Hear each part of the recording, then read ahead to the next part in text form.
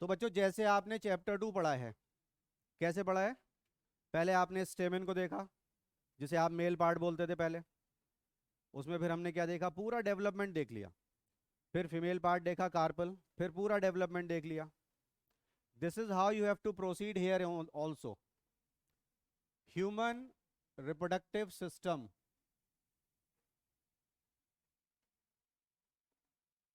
यहां से ह्यूमन हटा देते हैं अभी, ठीक है? खाली फोकस करते हैं रिप्रोडक्टिव सिस्टम पे। तो व्हाट इज रिप्रोडक्टिव सिस्टम? आप बोलेंगे it includes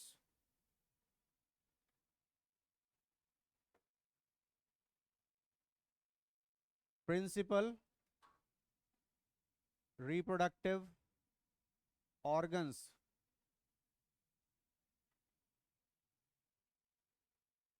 which are also known as gonads और सेक्स ऑर्गन्स। मेन जिसे बोलते हैं, आपका फोकस इन्हीं पे होना है।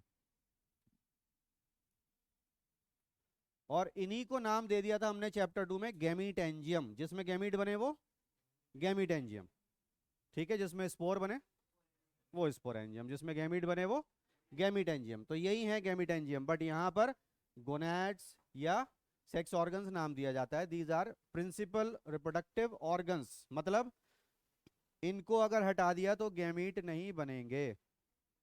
तीन चीजें आपको 11 से याद होनी चाहिए।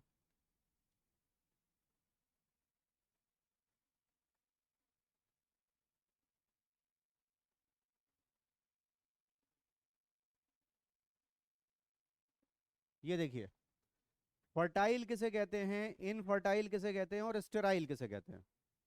कई बार तो हम सॉइल को भी फर्टाइल कह देते हैं, है ना भाई? फर्टाइल का मतलब क्या होता है? Gamete formation and transfer. जो इंडिविजुअल गैमीट फॉर्मेशन और गैमीट ट्रांसफर दोनों कर पाए वो कौन है? फर्टाइल, ठीक है? इनफर्टाइल कौन? गैमीट तो बना लेगा बट कैन नॉट ट्रांसफर, ठीक है? और स्टेराइल कौन? गैमीट ही न बना सके वो।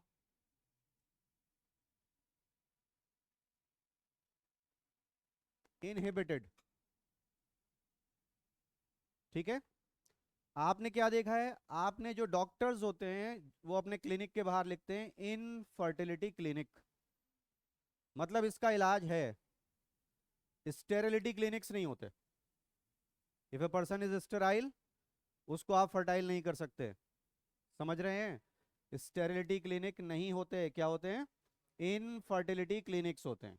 और चैप्टर 4 का लास्ट टॉपिक ही ये है, जो बच्चों को सबसे मुश्किल लगता है कि सर इसमें सब चीजें जो है 10-11 चीजें दी हुई हैं, ये भी नहीं पता कितनी चीजें दी हुई थी, क्या क्या कहते हैं, बहुत सारे पॉइंट्स हैं इसमें, सब मिक्स हो रहे हैं।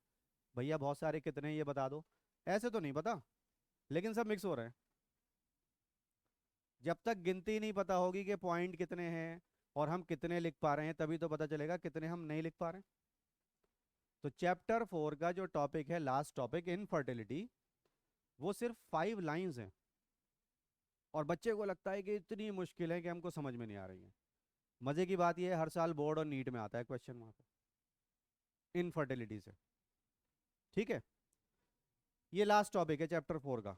चैप्टर 4 सबसे ज्यादा इंटरेस्टिंग लगेगा आपको, क्योंकि वो बहुत ही ईजी है, छोटा है, आसानी से समझ में आ जाता है। पहली बार पढ़ के बच्चे छोड़ देते हैं, आप बोर्ड के टाइम पे पढ़ेंगे। आसान है ना, तो उसको लाइटली ले लेते हैं बस, वो फिर अपना बदला लेता है बाद में।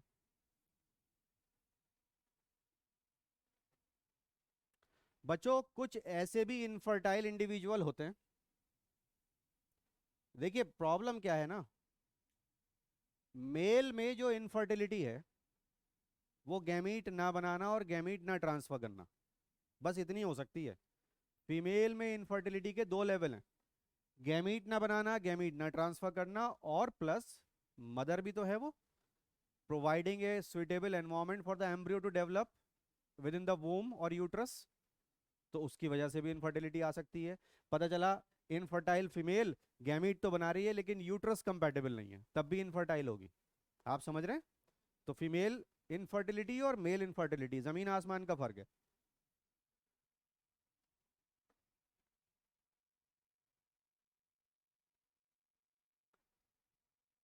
These are the site of gametogenesis। हमारा फोकस किस पे रखना है? What are principal reproductive organs? Those organs which are the site of gametogenesis। जहां गैमीट बनते हैं उनको कहते हैं हम प्रिंसिपल रिप्रोडक्टिव ऑर्गन और मेन रिप्रोडक्टिव ऑर्गन और गोनैड्स। क्या होता है वहां पर? गैमीट बनते हैं वहां पर। गैमीटोजेनेसिस, साइट ऑफ गैमीटोजेनेसिस, वहां पर गैमीट बनते हैं। बिल्कुल वही चल रहा है जो चैप्टर 2 था। सबसे पहले आपने क्या करा था? फिलामेंट को उठा लिया था और एंथर उसके ऊपर लगा हुआ था। फिलामेंट आपने हटा दिया, एंथर को खोला। एंथर के अंदर आप कहाँ पहुंचे? पॉलन सैक में पहुंचे, जहां पर पॉलन माइक्रोस्पोर बने, फिर पॉलन बने, फिर वो टू सेल्ड स्टेज पे आए, फिर वो स्टिग्मा पे पहुंचे, जर्मिनेट करे, उसमें मेल गैमीट मिला। हाँ या ना? ऐसे ही हम मेल रिप्रोडक्टिव सिस्टम में टेस्टिस में पहुंचेंगे, फिर वहां उस जगह पे पहुंचेंगे जहां पर मेल गैमीट बनता है। जैसे मैंने आपको बताया था कि ह्यूमन मेल में स्पर्म नाम की कोई चीज नहीं है और ह्यूमन फीमेल में ओवम नाम की कोई चीज नहीं है। ये आप इसी चैप्टर में सीखने वाले हैं। ठीक है?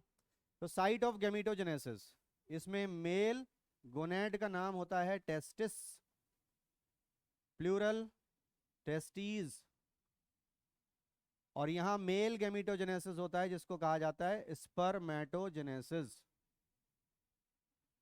ठीक है? फीमेल में ओवरी, प्लूरल ओवरीज, और गैमीटोजेनेसिस का नाम है oogenesis। ठीक है?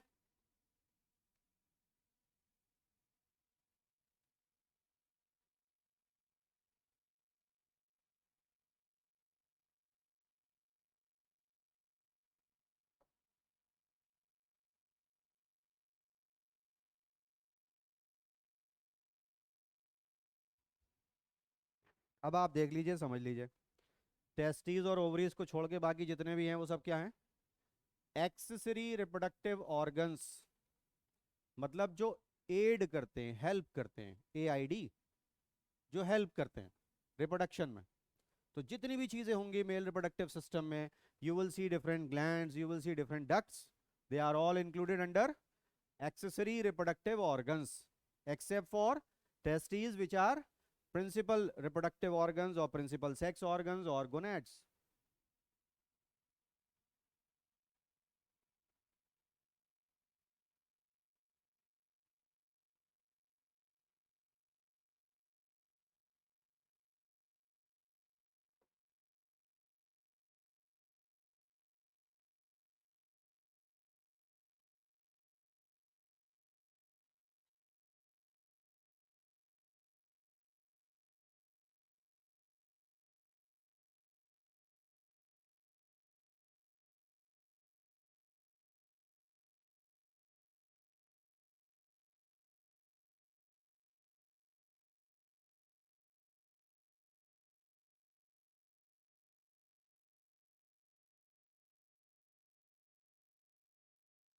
थोड़ा सा इसमें लिखना शुरू करिए।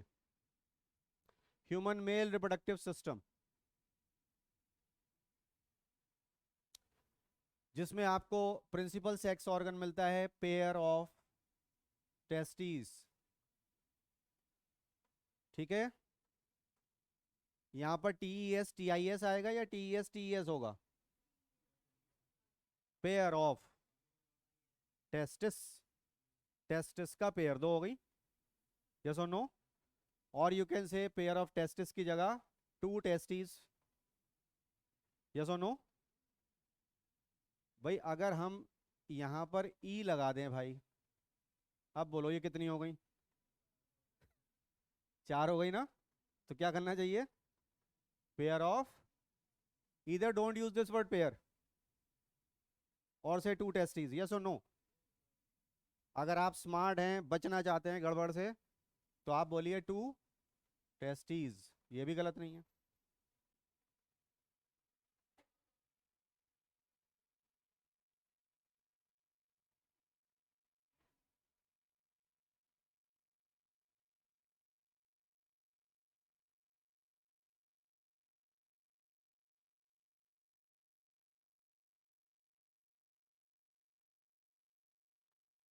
तो आप लिखिए human testes are extra abdominal, body के बाहर।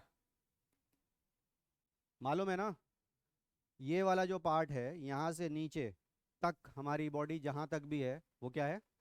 एब्डोमेन। हमारी बॉडी कहाँ तक है? पैरों तक नहीं है, बस बॉडी हमारी यहाँ खत्म हो गई। ठीक है, जो हमारी टांगे हैं, जो हमारे हाथ हैं, ये अपेंडेजेस हैं, बॉडी नहीं है। क्या है ये? अपेंडेजेस। अपेंडेजेस क्या होती हैं? बॉडी की आउटग्रोथ। बॉडी की क्या पहचान होती है? ये हेड, नेक, चेस्ट और एब्डोमेन, ये जरूरी हैं। इनमें से कोई भी नहीं होगा तो इंडिविजुअल सरवाइव नहीं करेगा। अपेंडेज नहीं होगी तो सरवाइव करेगा, क्योंकि वो बॉडी नहीं है। जितने भी इसेंशियल ऑर्गन है वो कहाँ पर है? हेड, नेक, चेस्ट और एब्डोमेन। ठीक है, तो वो बॉडी में है। बॉडी की क्या पहचान? वहां पर वाइटल ऑर्गन्स होते हैं, इसेंशियल ऑर्गन्स होते हैं। किसी गर्दन अगर हटा दो तो वो जिंदा रह पाएगा, और सर हटा दो तो, चेस्ट निकाल दो उसका, कि चलो गर्दन और एब्डोमेन जोड़ के देखते हैं।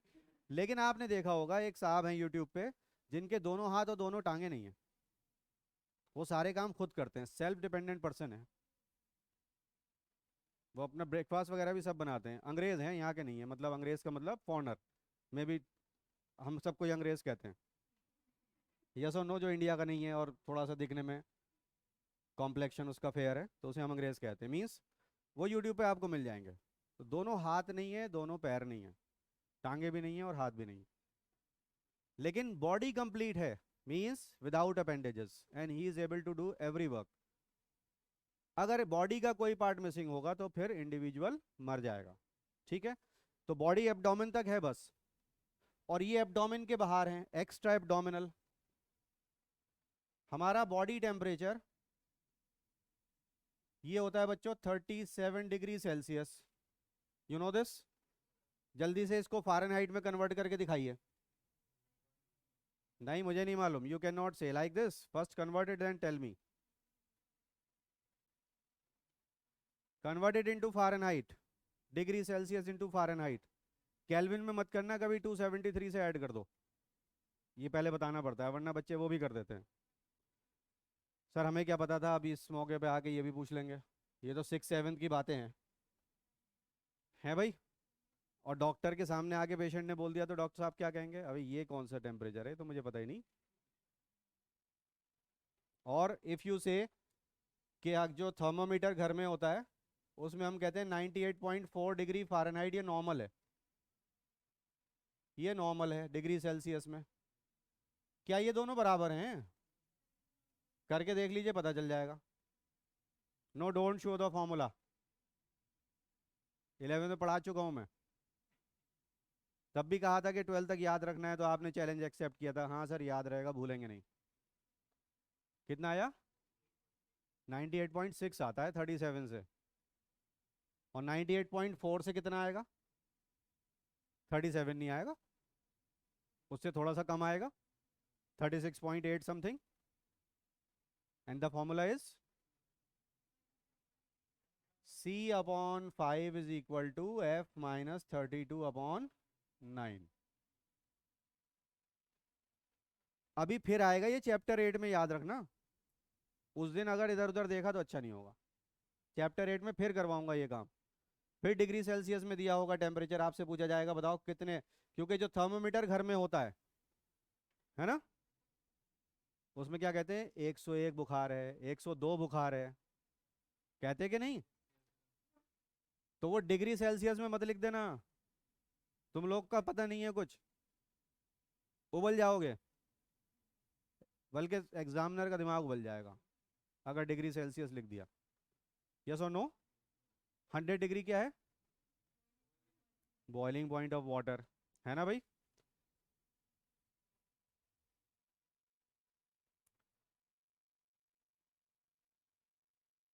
स्पर्मेटोजेनेसिस के लिए बच्चों 35 डिग्री सेल्सियस टेम्परेचर चाहिए, बॉडी टेम्परेचर से 2 डिग्री कम। अगर बॉडी का टेम्परेचर 35 हो जाए तब तो टेस्टिस बॉडी के अंदर रह सकती है, हाँ या ना, बोलो। हाइपोथर्मिया से डेथ हो जाएगी।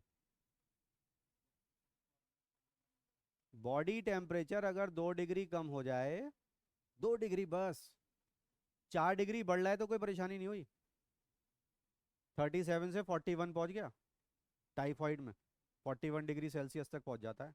4 डिग्री बढ़ गया बुखार, 2 डिग्री कम अगर हो गया तो क्या हो जाएगा, हाइपोथर्मिया। हाइपो मीन्स नॉर्मल से नीचे, टेम्परेचर कम। तो अगर आप ये कहें कि भाई चलो बॉडी का ही टेम्परेचर 37 कर देते, क्या दिक्कत थी, टेस्टिस बाहर थी अब वो अंदर हो जाती, तो 35 अगर बॉडी का हो जाएगा 37 की जगह, तो स्पर्मेटोजेनेसिस के लिए तो सुटेबल टेम्परेचर है, बट ह्यूमन सर्वाइवल के लिए it's not possible, it may cause death due to hypothermia. Bear Grylls खूब बताते हैं ये बात, 2 डिग्री कम हो जाने पे डेथ हो जाती है। ठीक है, अब क्या करते हैं, अपने आप ही कुछ कुछ दवाएं खा लेते हैं, जैसे कि वो निम्सोलाइड एक सॉल्ट है, कुछ जगहों पे बैन है, कुछ लोग खिलाते हैं, कुछ अपने मन से खा लेते हैं, वो बॉडी टेम्परेचर को नीचे करता है, तो it may also cause hypothermia sometimes, but doctor knows better कि कब कैसे देना है, और अपने डॉक्टर खुद मत बना करिए। ऑल राइट, तो क्या लिख रहे थे हम, why human testis are extra abdominal, because spermatogenesis requires a 2 degree less temperature than the body temperature for the formation of male gamete or spermatogenesis। ये तो बात हो गई। अब जरा लिखिए स्क्रोटम। स्क्रोटम क्या है, स्क्रोटम में टेस्टीज हैं। What is scrotum, write down, scrotum is an out pocket sac, लिखा है बोर्ड पे, scrotum is an out pocket sac of abdomen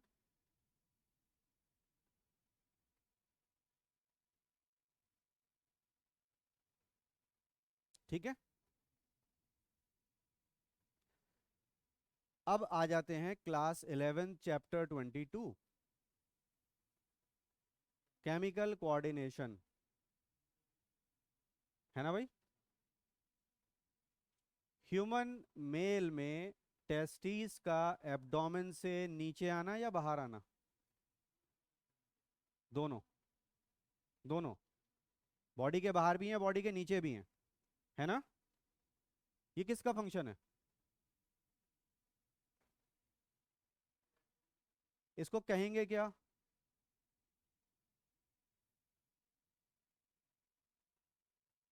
क्या लिखा है ये, डिसेंट, डिसेंट या डिसेंट, हाँ मतलब नीचे जाना, descent of testes into scrotum. ये किसका फंक्शन है बच्चों, ये किसका फंक्शन है, descent of testes into scrotum.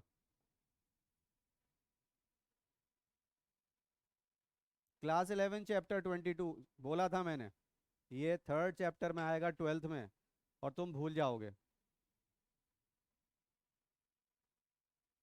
अच्छा चलिए कुछ कुछ रिकॉल करके शुरू करते हैं ना, क्या पता हम यहाँ तक पहुँच जाएं। चैप्टर 22 में हमको ग्लैंड्स पढ़ाए गए थे, है ना भाई। हर एक ग्लैंड के हार्मोन बनते थे, उन हार्मोन के हमको फंक्शन बताए जाते थे। अब जैसे ह्यूमन मेल में हम क्या कहते हैं कि मेल की पहचान ये है, moustaches and beards, Adam's apple, ये सब पहचान होती है। Low pitch of voice, male musculature, yes और नो, ये होते हैं secondary sexual characters in male, right. और ये किस हार्मोन की वजह से होते हैं,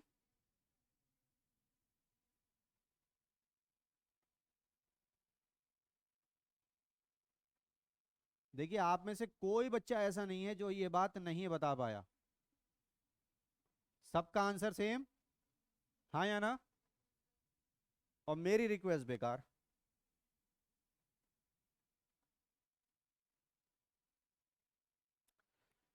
इस हार्मोन का जब आपको फंक्शन 11th में पढ़ाया गया था तो मैंने आपसे कहा था इसका पहला फंक्शन बच्चों ये है और दूसरा फंक्शन ये है। आपको यही याद रह जाएगा क्योंकि आप बचपन से ये वाला पढ़ते आ रहे हैं। समझे कुछ? ये हार्मोन टेस्टिस से बनता है और आप ये समझ सकते हैं कि 3 से 5 महीने का जब एम्ब्रियो होता है मदर के वोम में, ठीक, तो ऑलमोस्ट 5th मंथ के आसपास ये टेस्टीज स्क्रोटम में डिसेंड करने लगती हैं। लेकिन इनकी शुरुआत 3 मंथ से स्टार्ट हो जाती है, कुछ आउटग्रोथ वगैरह ऐसे बनती हैं। और आप ये कहेंगे भाई टेस्टिस से पहचान होती होगी तभी जो है वो मेल और फीमेल की पहचान एमनियोसेंटेसिस, नहीं वो एक अलग टेक्निक है। वहां पर सेल्स को एनालाइज किया जाता है, क्रोमोसोम्स को देखा जाता है कि एक्स एक्स है कि एक्स वाई है, तब पता चलता है कि मेल है कि फीमेल है। ठीक। टेस्टिस का स्क्रोटम में आना क्या कहलाता है? descent of testes into scrotum and this is the function of testosterone। ठीक है, around 5th month of pregnancy और 3rd मंथ के आगे से शुरू हो जाना, यह है इसका मेन फंक्शन। दूसरा आप ये बताते हैं, ये आपको हमेशा याद रहता है क्योंकि आप ये पहले से पढ़ते आ रहे हैं, आपने इसको मेमोरी में फिक्स कर दिया। क्यों नहीं वो काम कर रहे जो जरूरी है? ये नहीं पूछा जाएगा आपसे, कोई नहीं पूछेगा, उनको पता है, बच्चा बच्चा जानता है। तो टेस्टिस स्क्रोटम में किसकी वजह से आती हैं? मेल सेक्स हार्मोन जो मेन है, मेल सेक्स हार्मोन को बोलते हैं एंड्रोजेंस। एंड्रो फॉर, बताओ आ गया कि नहीं चैप्टर 2 से? फिर एंड्रोगोनियल इनिशियल सेल, माइक्रोस्पोरोजेनेसिस से पहले पढ़ी थी, अब ये फिर आ गया। एंड्रोजेंस किसका नाम है? ग्रुप का नाम है मेल सेक्स हार्मोन के। और उनमें से जो नाम हम जानते हैं वो क्या है? टेस्टोस्टेरोन। क्योंकि अभी हम सेकेंडरी स्कूल के लेवल पर हैं तो हमें सारे मेल सेक्स हार्मोन के बारे में नहीं बताया जा रहा है। क्यों नहीं पता? हो सकता है कि हम हायर क्लासेस में मेडिकल कॉलेज में पढ़ें, बट एक तो जाने कि जो मेन एंड्रोजन है उसका काम क्या है? To bring the testis down outside the body into the scrotum which is an out pocket sac of abdomen. Abdomen का स्किन एक्सपेंड कर गया नीचे की तरफ और उसके अंदर टेस्टिस आ गई। ठीक। टेस्टिस अकेली नहीं आई हैं, आगे लिखिए क्या लिखा आपने? Scrotum is an out pocket sac of abdominal cavity, और एब्डोमेन इतना ही लिख दीजिए, फुल स्टॉप। अब जो मैं सेंटेंस लिखवाने जा रहा हूं ना वो आपको पहले समझ में नहीं आता, इसलिए मैं रुक गया था। देखिए, वाइल डिसेंडिंग इनटू स्क्रोटम, ये किसकी बात हो रही है? अब आप समझ रहे हैं किसकी? टेस्टोस्टेरोन की, हार्मोन की बात हो रही है, हार्मोन आएगा। while descending into abdomen or while descending into scrotum comma, the testes pull, अपने साथ अपने काम की चीजें लेके आती हैं। the testes pull their blood vessels and nerves, the testes pull their blood vessels and nerves along with क्रीमास्टर, ये लिखा है, muscles, along with cremaster muscles which hangs them।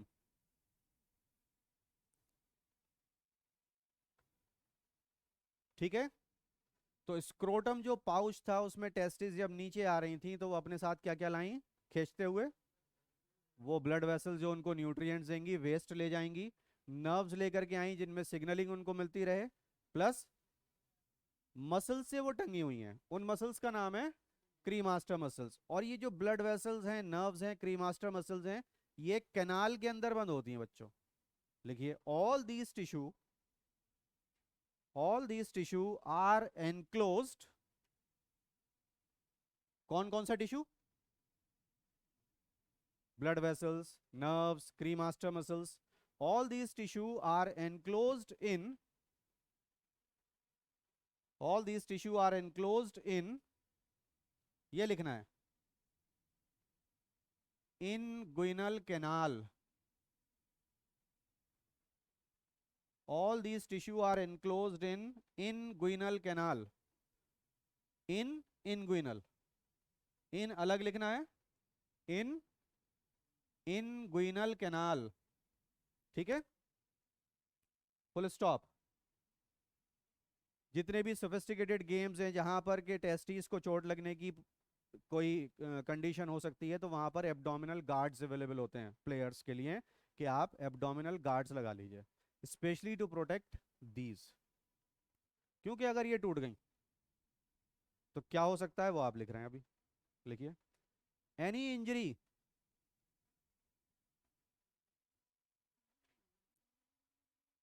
To cremaster muscles,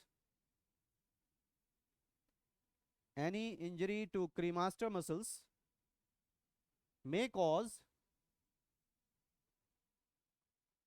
the bulging, BULGING, bulging जानते हो, फूलना। Any injury to cremaster muscles may cause the bulging of a loop of intestine, may cause the bulging of a loop of intestine into the scrotum, may cause the bulging of a loop of intestine into the scrotum। ठीक है, पहले हम आज की class में जब introduction पढ़ रहे हैं चैप्टर 3 का, ह्यूमन मेल रिप्रोडक्टिव सिस्टम का, तो हमें वो सारी बातें हम रिकॉल कर रहे हैं जो हम पहले से देखते आए हैं, बट हमें पता नहीं था कि ये हमारे काम की हैं। इसको क्या कहेंगे जो आपने लिखा है अभी? सबसे आसान सवाल क्लास 12 का, इससे आसान सवाल हो ही नहीं सकता। पीछे से मुझे जवाब चाहिए। बैक बेंचर्स,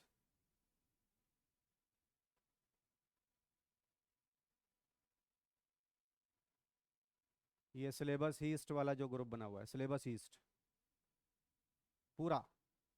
बैक बेंचर्स बताएं क्या कर रहे हैं? ये नहीं पता क्या लिखा है तुम लोगों ने? बॉडी में कहीं पर अगर स्किन में आंत फूलती हुई दिखाई दे तो उसे क्या कहते हैं? इन्फ्लेमेशन। आंत समझते हो? आंत, इंटेस्टाइन, क्या कहलाते हैं उसे? हर्निया। नहीं सुना? इंटेस्टाइन की बल्जिंग हो जाती है बॉडी में कहीं पर भी तो उसे बोलते हैं हार्निया, और हम उसे हर्निया कहते हैं, हर्निया। यस और नो? इट्स हार्निया, जो भी कहना है। ये क्या कहलाएगा? लिखिए अभी क्या लिखा। Any injury to cremaster muscles में कॉज बल्जिंग, क्योंकि इंटेस्टाइन बिल्कुल पीछे पीछे आ जाएगी। अगर क्रीमास्टर मसल टूटी तो एब्डोमेन में जो इंटेस्टाइन थी वो नीचे आ जाएंगे स्क्रोटम में, तो वो भी एक हर्निया है, उसका नाम लिख रहे हैं हम। may cause the bulging of a loop of intestine into the scrotum, this is called, inverted comma में लिखेंगे, inguinal hernia। inguinal की स्पेलिंग बोर्ड पे लिखी है, inguinal hernia, HERNIA, this is called inguinal hernia। all right, तो अब हमें mail reproductive system पहले पढ़ना है ह्यूमन का, फिर उसमें टारगेट किसे बनाना है? टेस्टिस को। फिर उसके अंदर जाकर के देखना है एक्चुअली वो कौन सी जगह है जहां मेल गैमीट बनते हैं। फिर मेल गैमीट के बनने का तरीका पढ़ना है। तो मेल रिप्रोडक्टिव सिस्टम हम पूरा एक साथ पढ़ेंगे, फिर फीमेल रिप्रोडक्टिव सिस्टम पढ़ेंगे पूरा एक साथ। हमारी बुक ने क्या करा, हमारी बुक में ये चीज़ें डिस्पर्स्ड हैं, हम कंपाइल अप कर लेंगे तो हमारे लिए पढ़ना आसान हो जाएगा। ऑलराइट, तो will continue in the next class.